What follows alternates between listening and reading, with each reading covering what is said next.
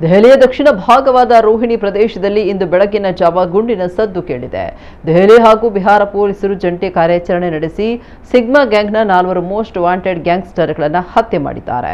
ಬಿಹಾರದ ಕುಖ್ಯಾತ ರೌಡಿ ರಾಜನ್ ಪಾಠಕ್ ಸೇರಿ 4ರನ್ನ ಎನ್ಕೌಂಟರ್ ಮಾಡಲಾಗಿದೆ.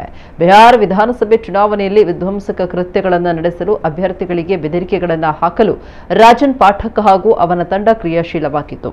ಇವರ ಬಂಧನಕ್ಕೆ ಬಿಹಾರ ಪೊಲೀಸರು ಕಳೆದ ಹಲವು ದಿನಗಳಿಂದ ಪ್ರಯತ್ನಿಸುತ್ತಿದ್ದಾರೆ.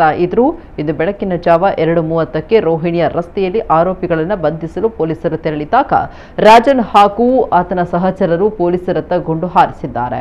ಈ ವೇಳೆ ಪೊಲೀಸರು ಪ್ರತಿದಾಳಿ ನಡೆಸಿ ಎನ್ಕೌಂಟರ್ ಮಾಡಿದ್ದಾರೆ. 25 ವರ್ಷದ ಗ್ಯಾಂಗ್ಸ್ಟರ್ ರಾಜನ್ ಪಾಠಕ್, ಬಿಮ್ಲೇಶ್ ಮೆಹತೋ, 33 ವರ್ಷದ ಮನೀಶ್ ಪಾಠಕ್ ಮತ್ತು 21 ವರ್ಷದ ಅಮನ್ ಠಾಕೂರ್ ಮೃತ ರೌಡಿಗಳು. ಬಿಹಾರದಲ್ಲಿ ರಾಜನ್ ಪಾಠಕ್ ಹಾಗೂ ಆತನ ಸಹಚರರ ಮೇಲೆ ಅನೇಕ ಕೊಲೆ, ಬೆದರಿಕೆ, ದರೋಡೆ, ಅಕ್ರಮ ಶಸ್ತ್ರಾಸ್ತ್ರ ಪ್ರಕರಣಗಳು ದಾಖಲಾಗಿದ್ವು.